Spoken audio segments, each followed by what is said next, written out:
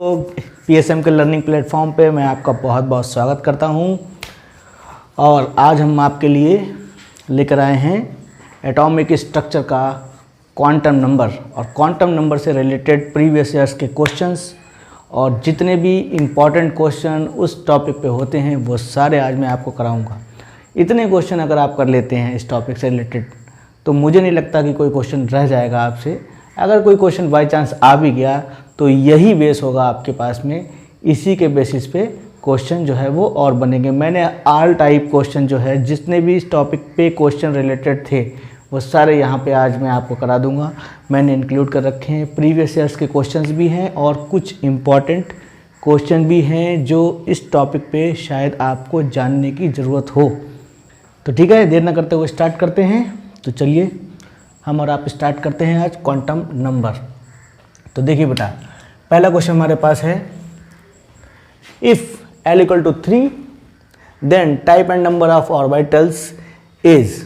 तो देखिए बेटा, हमसे पूछ रहा है कि L की वैल्यू 3 है और ऑर्बिटल आपके पास नंबर कितने होंगे और टाइप कौन सा होगा। आप जानते हैं कि L की वैल्यू जो होती है वो किसको शो करती है, वो दिखाती है सबशेल को, वो सबशेल को दिखाती है। तो हमारे पास SPDF के लिए L की वैल्यू 0 1 2 3 होती है। ठीक है, तो L = 3 दिया है, इसका मतलब क्या है, हमारे पास F सबशेल होगा। ये बात तो कंफर्म हो गई। अब आगे बढ़ते हैं। अब देखिए, आप ये मत कर दीजिएगा कि F सबशेल दिया है। सुनिए, पहले ये तो नहीं हो सकता, P वाला, D वाला भी नहीं हो सकता, इसको कट कर देते हैं। ठीक है, तो क्या होता है कि F = 3 है हमारे पास। अब हमारे पास ये तो कंफर्म होगा कि F सबशेल है, लेकिन अब आप ये मत कर दीजिएगा कि F होता है तो F में 14 इलेक्ट्रॉन होते हैं, तो आप ये वाला ऑप्शन टिक कर दीजिएगा। देखते हैं आपसे पूछ क्या रहा है, क्वेश्चन को देखिए फिर से। क्या बोल रहा है, नंबर ऑफ ऑर्बिटल्स के बारे में बात कर रहा है। तो आपको F में कितने ऑर्बिटल, मैक्सिमम तो 14 इलेक्ट्रॉन हो सकते हैं, बट ऑर्बिटल कितने हो सकते हैं। ऑर्बिटल बेटा होते हैं आपके पास में 7, 1 2 3 4 5 6 7। ठीक है, तो कौन सा ऑप्शन आपके पास हो जाएगा, option number C. Clear. Next बढ़ते हैं, which statement is not correct for n = 5 m = 2। ठीक है, ये n जो होता है प्रिंसिपल क्वांटम नंबर होता है, ये रिप्रेजेंट करता है शेल को या फिर ऑर्बिट को। ठीक है, तो अभी इसको हम छोड़ देते हैं, आगे बढ़ते हैं। m क्या है आपके पास में, m है 2, तो m किसको रिप्रेजेंट करता है, m रिप्रेजेंट करता है ऑर्बिटल्स को। अब देखिए L = 4, ये क्या है, सबशेल है ना, सबशेल है, आपको सबशेल को रिप्रेजेंट करता है। जब L = 4 होगा तो m की वैल्यू जो होती है वो -L से +L तक होती है, तो कहीं ना कहीं ये +2 इसमें आ जाएगा। तो ये तो हो सकता है, ये हो सकता है आपके पास। ठीक है, दूसरा आप देखते हैं L = 3, वही कहानी है, -3 -2 -1 है ना, तो ये भी हो सकता है। L = 2 3 4 इसमें भी हो सकता है। लेकिन अब बात हम करते हैं इस वाले ऑप्शन की। इसमें क्या है, देखिए 0, अगर L = 0 होता तो m की वैल्यू 0 होती, पहली बात तो ये है। दूसरी बात, अगर 1 होता तो वहाँ पर भी आपके पास में -1 फिर 0 फिर +1 वैल्यू होती है ना। बाकी ये दो ऑप्शन तो आ ही जाते, और ये आपको दिया है +12। इसके बारे में तो हम बता ही नहीं सकते कि ऑर्बिटल में इलेक्ट्रॉन जो है वो किस डायरेक्शन में है, क्लॉकवाइज है या एंटी क्लॉकवाइज है। तो बेटा आपके पास में ये वाला ऑप्शन जो है वो नहीं हो सकता है, बाकी 3 तो पॉसिबल है। ठीक है, तो ये आंसर हो जाएगा इसका। फिर है आपके पास में any NF orbital can accommodate up to n क्या है आपके पास में, नंबर ऑफ शेल या ऑर्बिट, ये तो हमें पता नहीं है कौन सा है, कोई बात नहीं, उससे फर्क नहीं पड़ता है।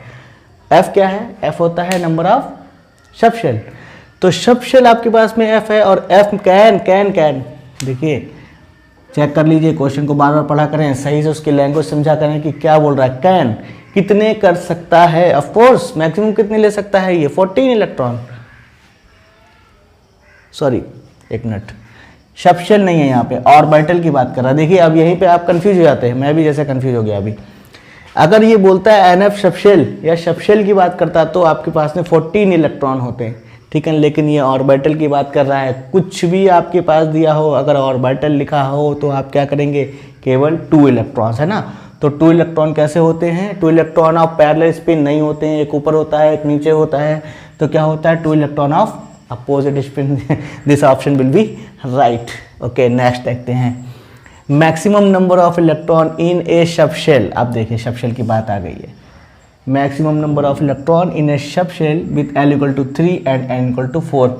L इक्वल टू 3 दिया हुआ है बेटा, तो 3 किसकी वैल्यू होती है, अभी मैंने आपको बताया SPDF, 3 किसकी वैल्यू है, F की, F सब शेल की। और F सब शेल में कितने इलेक्ट्रॉन हो सकते हैं, maximum 14, option will be C. Next बढ़ते हैं आगे और करते हैं क्वेश्चन अगला। देखिए, a neutral atom of an element can, oh very very good, बहुत बढ़िया क्वेश्चन आ गया है आपके पास में बेटा, बहुत ही अच्छा क्वेश्चन है, बहुत ज़्यादा इसको ध्यान से देखिएगा आप। देखिए, a neutral atom of an element has 2k 8l 11m 2n electron, the number of s electron. बहुत ही इंपॉर्टेंट क्वेश्चन है। अब देखिए, ये क्वेश्चन जो है आपको बहुत ध्यान से देखना चाहिए कि क्या होता है, पहली ऑर्बिट या फर्स्ट सेल, ठीक है, L क्या होता है, दूसरी ऑर्बिट, ये M तीसरी और ये चौथी। तो बेटा पहली में आपके पास पहली शेल, ये शेल का इलेक्ट्रॉनिक कॉन्फ़िगरेशन है जो कि बोर ने दिया था आपको, ठीक है। और सब शेल में जो हम पढ़ते हैं SPDF, वो सब शेल में इलेक्ट्रॉनिक कॉन्फ़िगरेशन होता है जो कि दिया था आपको, किसने, याद ही नहीं है, किसने दिया था बताओ, नहीं याद आया, आवाऊ ने, ठीक है। तो सब शेल का होता है, आवाऊ ने दिया था आपको, ठीक है। अब दूसरी बात, जो आप बॉक्सेस के अंदर लिखते हैं ना, जो बॉक्सेस के अंदर आप इलेक्ट्रॉन फिल करते हैं, ये भी एक टाइप का इलेक्ट्रॉनिक कॉन्फ़िगरेशन ही है। ये किसने दिया था, ये आपको दिया था हुन ने, ठीक है। तो बेटा ये शेल में, शेल का इलेक्ट्रॉनिक कॉन्फ़िगरेशन है जो कि बोर ने दिया था, 2n², आपको याद होगा।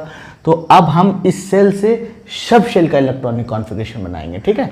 तो देखिए 2 है आपके पास, पहली शेल है, तो पहले में 2 सब शेल, सॉरी पहली में एक ही होती है सब शेल, एक शेल तो एक सब शेल, तो 1s2 हो गया। नेक्स्ट आपके पास में दूसरी शेल, तो 2 सब शेल भी आपके पास होंगी, that is 2s2 and 2p6, देखिए 8 इलेक्ट्रॉन हो गए। तीसरी में आपके पास में थर्ड शेल है, तो 3 सब शेल भी आपके पास में होंगी, तो क्या हो जाएगा 3s 3p और 3d, ठीक है। तो इलेक्ट्रॉन को डिस्ट्रीब्यूट कर लीजिए, 2 6 6 तो 8, कितने बचे 3 11, ठीक है। अब ये चौथी आ गई आपके पास में, ठीक है, चौथी ऑर्बिट या शेल है, तो आपके पास में 4 ही होंगी, तो क्या होगा 4s 4p 4d 4f। But बेटा आपके पास में यहाँ पे 2 इलेक्ट्रॉन्स हैं जो कि इसमें भर जाएंगे, बाकी ये सब अभी खाली ही है, ठीक है।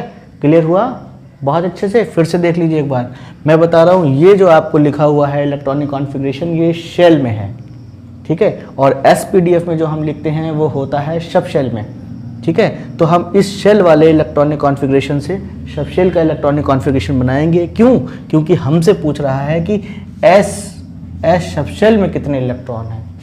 बात समझ में आ रही है। तो हमने क्या किया, एक शेल यानी कि पहली, तो एक ही सब शेल आपके पास में, क्यों, क्योंकि L जो होता है वो सब शेल को रिप्रेजेंट करता है और N जो होता है वो शेल को रिप्रेजेंट करता है। ये आपके पास में N की वैल्यू दी हुई है, ठीक है। अब आपको सब शेल की वैल्यू जो है पता करनी है, यानी कि L की वैल्यू पता करनी है, क्योंकि L की वैल्यू जो होती है वो N की वैल्यू पर डिपेंड करती है। इसलिए जो है वो एक शेल तो एक ही सब शेल, दैट इज पहली, है ना, 1s2। 2 दूसरी ऑर्बिट या दूसरी शेल, तो आपके पास में 2 सब शेल, तीसरी ऑर्बिट तो 3 सब शेल, चौथी तो 4, लेकिन इलेक्ट्रॉन हमारे पास लास्ट में 2 ही बचते हैं। अब हम काउंट क्या करना है, हमको s इलेक्ट्रॉन्स का नंबर बताना है। तो देखिए बेटा, एक ये 2 s इलेक्ट्रॉन हो गए, यहाँ पर भी 2 s इलेक्ट्रॉन हो गए, यहाँ पर भी 2 s इलेक्ट्रॉन हो गए, यहाँ पर भी 2 s इलेक्ट्रॉन हो गए, 2 2 2 2, कितने हो गए कुल मिला के 8। कहाँ गया, ये आंसर होगा आपके पास में। बहुत ही अच्छा क्वेश्चन था, इसको बिल्कुल आप ध्यान से देख लीजिए, याद कर लीजिए। अगला है बेटा हमारे पास, how many electron can fit in the orbital for which n equal to 3 and L equal to 1। अब क्या होता है, ये क्वेश्चन देखते ही बच्चे क्या सोचते हैं, L की वैल्यू दी है 1, तो L की वैल्यू देखिए यहाँ पर P के लिए होता है 1, यानी कि P सब शेल होगी, और P सब शेल होगी तो इलेक्ट्रॉन मैक्सिमम कितने हो सकते हैं 6, और आंसर लगा देते हैं 6। लेकिन आपका क्वेश्चन हो जाएगा गलत, क्यों गलत हो जाएगा? क्योंकि ये बात कर रहा है ऑर्बिटल की, और ऑर्बिटल चाहे s हो, p हो, d हो, f हो, कोई सा भी आपके पास ऑर्बिटल हो, इलेक्ट्रॉन कितने रख सकता है? केवल बेटा केवल और केवल 2 इलेक्ट्रॉन आपके पास रख सकता है। ठीक है, तो आंसर विल बी 2। ध्यान रखिएगा, ये बड़ा कंफ्यूजिंग क्वेश्चन होता है, बच्चे अक्सर इसको गलत कर देते हैं।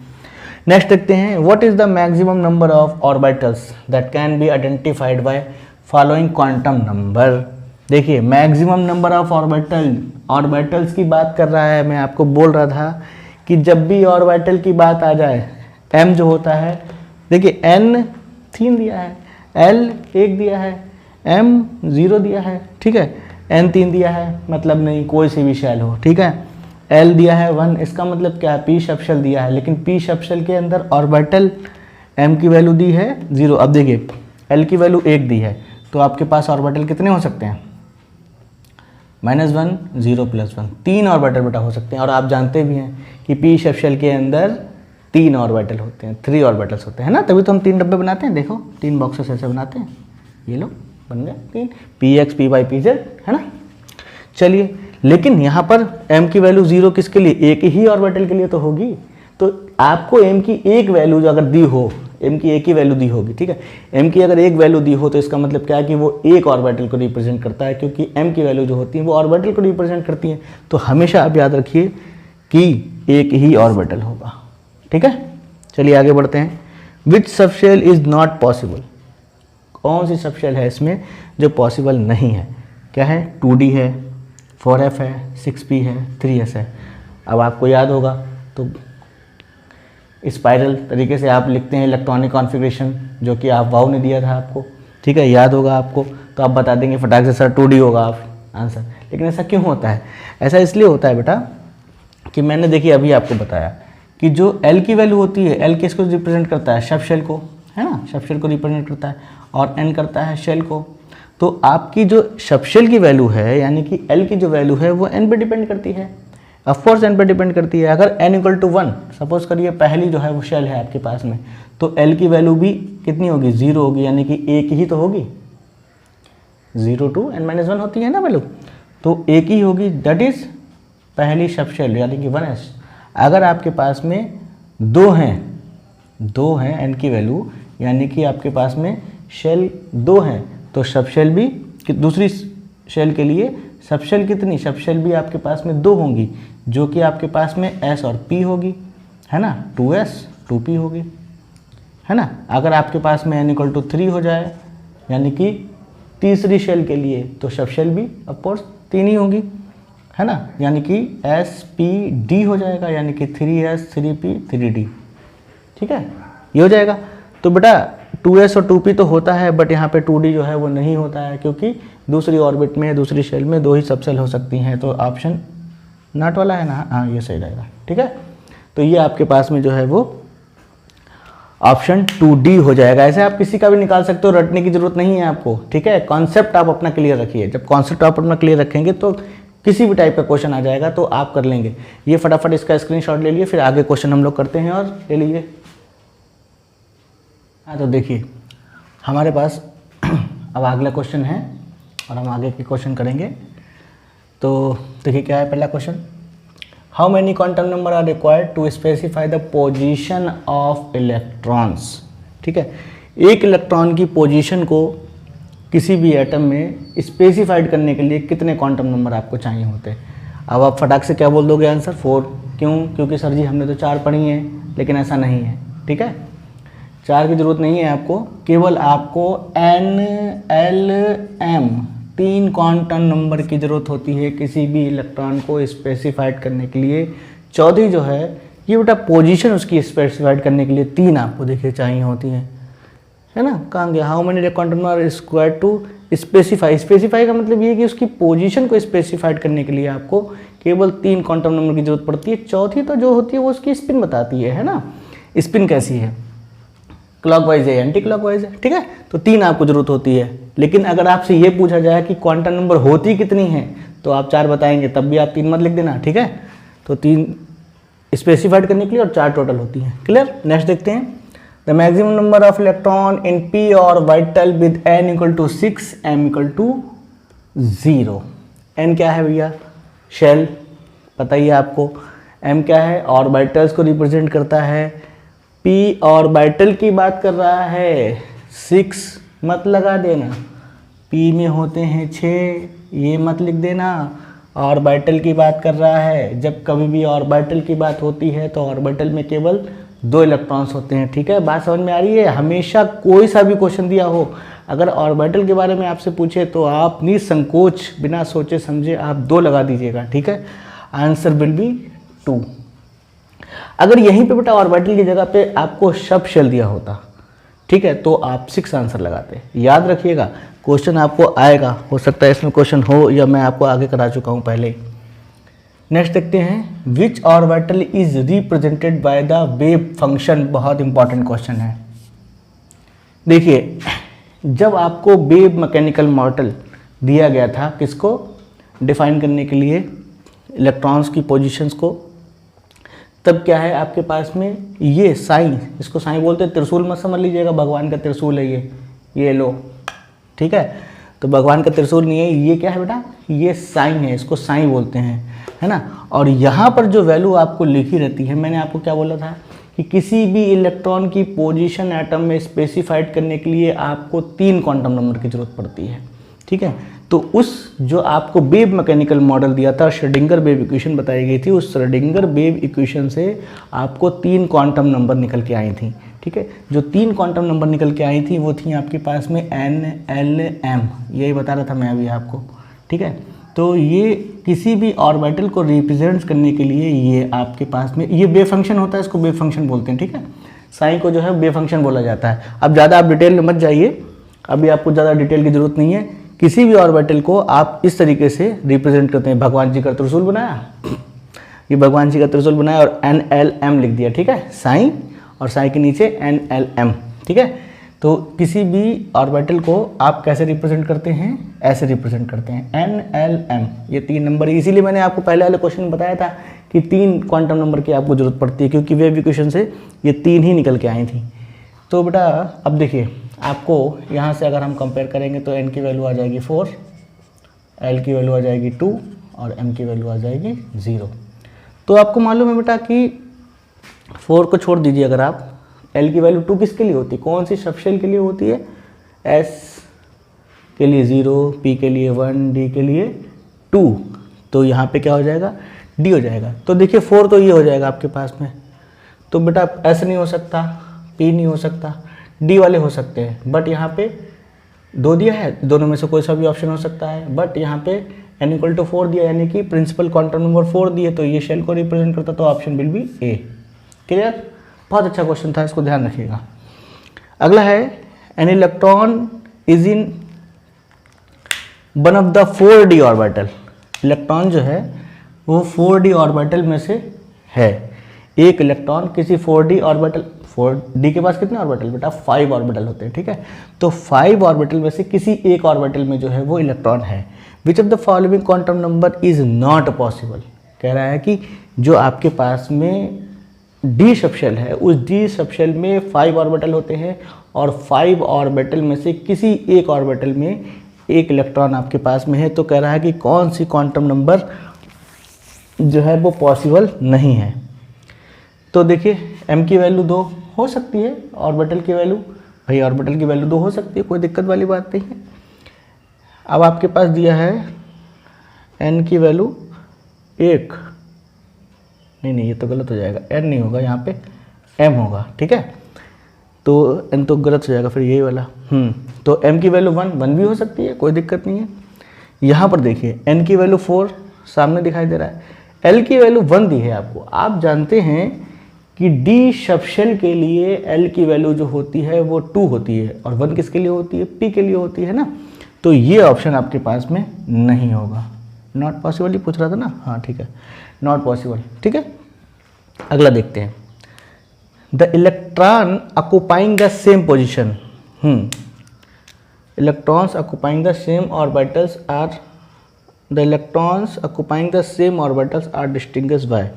अच्छा, अगर कोई इलेक्ट्रॉन है और वो सेम ऑर्बिटल में है, ठीक है, एक ही ऑर्बिटल में अगर कोई इलेक्ट्रॉन है, 2 इलेक्ट्रॉन है, एक ही ऑर्बिटल में है, तो उसको आप कैसे पहचान सकते हैं? अब देखिए, एक ऑर्बिटल में, किसी एक ऑर्बिटल में अगर आपके पास में 2 इलेक्ट्रॉन है ना, तो उसके लिए आपके पास में क्या सेम होगा? 3 क्वांटम नंबर ऑब्वियसली सेम हो जाएंगे शुरू के, N L M, है ना। तो अलग क्या होगा? एक ही क्वांटम नंबर होता है और वो होता है स्पिन क्वांटम नंबर, ठीक है। तो स्पिन क्वांटम नंबर से उसको आप पहचान सकते हैं पैरेलल है या एंटी पैरेलल है, सॉरी क्लॉकवाइज है या एंटी क्लॉकवाइज है ना। Right the sequence of energy for, बहुत ही इंपॉर्टेंट क्वेश्चन आ गया आपके पास। Right the sequence of energy for 4f 3d 4p 3s। इतना इंपॉर्टेंट क्वेश्चन है बेटा ये क्वेश्चन अक्सर बच्चों को जो है वो बड़ा कन्फ्यूजन में डाल दिया करता है। तो ये क्वेश्चन जो है वो हम लोग बहुत अच्छे से करेंगे, उसको आप याद भी रखिएगा। कैसे लगाते हैं? अब आप क्या करते हैं, जब ये क्वेश्चन आता है आपके पास में, तो आप क्या करते हैं, फिर वही 1s 2s 3s लिखा, 2d 3d 4d 5d सब लिखा, फिर स्पाइरल घुमाते हैं और बनाते हैं, फिर आंकड़ा लगाते हैं। तो ऐसा आपका बहुत टाइम चला जाता है। मैं आपको इसको करने का एक तरीका बता रहा हूँ, कैसे करेंगे आप भी जानते होंगे अगर ठीक से पढ़ा होगा तो। इसको बेटा लगाते हैं, देखो यहाँ देखते हैं, n+l रूल से लगाते हैं इसको लगाते हैं n+l रूल से, ठीक है। तो हमारे पास यहाँ पे हम लिखते हैं, देखो 4f के लिए n कितना है 4 प्लस f कितना होता है, सॉरी f के लिए l कितना होता है 0 1 2 3, ठीक है। 3 वैल्यू हो जाती है ना, सही तो है ना, गलत तो नहीं कर रहा हूँ मैं। SPDF 0 1 2 3, ठीक है, ये हो गया। तो ये वैल्यू आ गई बेटा आपके पास में 7, है ना। 3D के लिए कितना हो जाएगा 3 + 2, है ना, ये हो जाएगी 5। इसके लिए कितना हो जाएगा 4 + 1, इसके लिए भी हो जाएगी 5। इसके लिए कितना हो जाएगा n+l 3 + 0 यानी कि 3। तो देखो सबसे कम किसके लिए आ रही है, सबसे कम आ रही है बेटा 3s के लिए सबसे कम, ठीक। उसके बाद में 3 आ रही है, फिर इन दोनों में 5 है, इन दोनों में 5 है, 4 वाला तो कोई है नहीं, सबसे ज़्यादा ये वाला है 7 वाला, तो 7 वाला सबसे बाद में आएगा, यानी कि 4f बाद में आ जाएगा, ठीक है। अब इन दोनों में हम जब कभी भी ऐसा होता है, ये आपको याद होगा, वाउ का प्रिंसिपल है n+l, कि n+l के इंक्रीजिंग ऑर्डर जो होता है वो एनर्जी का ऑर्डर होता है, और उसी ऑर्डर में जो है वो रखा जाता है। इलेक्ट्रॉन पहले, जिसकी वैल्यू n+l की वैल्यू जो है वो कम होगी वो पहले आएगा, उसके बाद में जैसे जैसे वैल्यू आगे बढ़ती चली जाएगी n+l की, वैसे वैसे जो है वो इंक्रीजिंग ऑर्डर बढ़ता चला जाएगा, किसका, एनर्जी का भी। तो उसी सीक्वेंस में इलेक्ट्रॉनों को फिल किया जाता है, ठीक है बेटा। तो क्या होता है कि ये 3s वाला पहले आ गया, 4f वाला बाद में आया। अब लेकिन जब n+l की वैल्यू सेम हो जाती है तब क्या होता है, तब आप बोलोगे दोनों की एनर्जी बराबर होगी, ऐसा नहीं है। जब n+l की वैल्यू सेम होगी, दोनों की 5 5 देखो आ रही है, उस केस में आप n की वैल्यू देखते हैं, n जिसके लिए कम है वो पहले आएगा और n जिसके लिए ज़्यादा है वो बाद में आएगा। तो देखिए 3d और 4p में कम कौन सा है, 3 वाला कम है, तो 3 वाला पहले लिख देते हैं, यानी कि 3d और 4p बाद में आ जाएगा। तो बेटा ये सीक्वेंस आपके पास में हो जाएगा, देखिए दिख रहा है, ठीक है। 3s 3d 4p 4f, कौन सा है 3s 3d 4p 4f, ये ऑप्शन बहुत अच्छा क्वेश्चन है, आप ध्यान रखिएगा इसको, ठीक है। n+l रूल से लगाइए।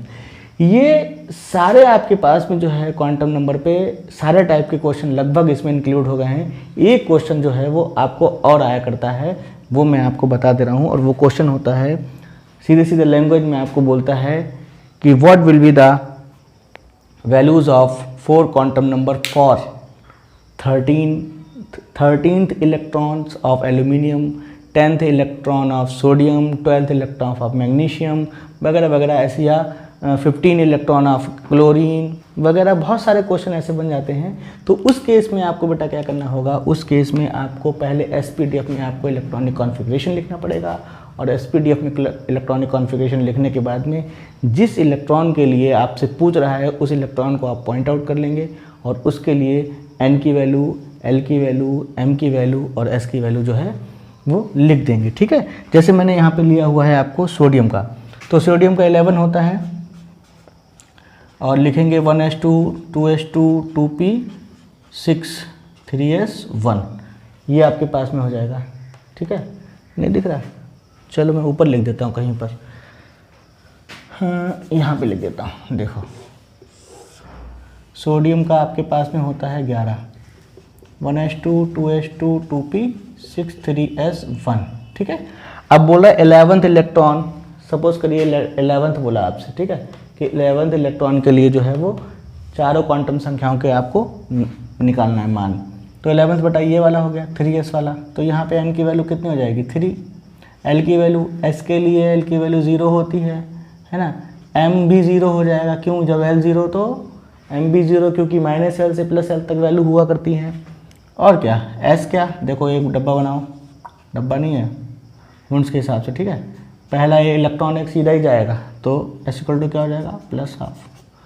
तो ये बेटा जो है अब वो आपके पास में सारे टाइप के क्वेश्चन क्वांटम नंबर से रिलेटेड हो जाते हैं। ठीक है, तो ये आज हमने क्वांटम नंबर के बारे में कर लिया। अगले वीडियो में जो है, अगले लेक्चर में हम आपको सिखाएंगे बोर्स मॉडल पे, बहुत ही इंपॉर्टेंट है, वहाँ पे कैलकुलेशन में बहुत प्रॉब्लम आया करती हैं बच्चों के सामने। तो अगले वीडियो में मैं आपको सिखाऊंगा कि कैसे जो है वो हम बोर्स प्रिंसिपल पे या थ्योरी पे जो न्यूमेरिकल्स आते हैं या जो क्वेश्चंस अभी आए हुए हैं आपके पास में, उनको हम कैसे जो है वो करेंगे, है ना। शॉर्ट ट्रिक भी बताऊंगा आपको एक आध, और जो है वो इंपॉर्टेंट क्वेश्चन सारे जो प्रीवियस ईयर्स में आए हुए हैं वो सारे मैं आपको करवा दूंगा। ठीक है, तो चलिए पढ़ते रहिए। हाँ अच्छा, एक बात और मैं आपको बोलना चाहता हूँ, अगर आपको ऐसा लगता है कि मैं कुछ अच्छा काम कर रहा हूँ और आपको कुछ बेनिफिट है, तो अपने दोस्तों को भी ये शेयर कीजिए ताकि उनकी भी मदद हो और वो भी जो है वो अच्छे से पढ़ाई करें। ठीक है, बने रहिए हमारे साथ, सारे चीज़ें करवाऊँगा मैं आपको धीरे धीरे। चलिए, wish you all the best, bye bye.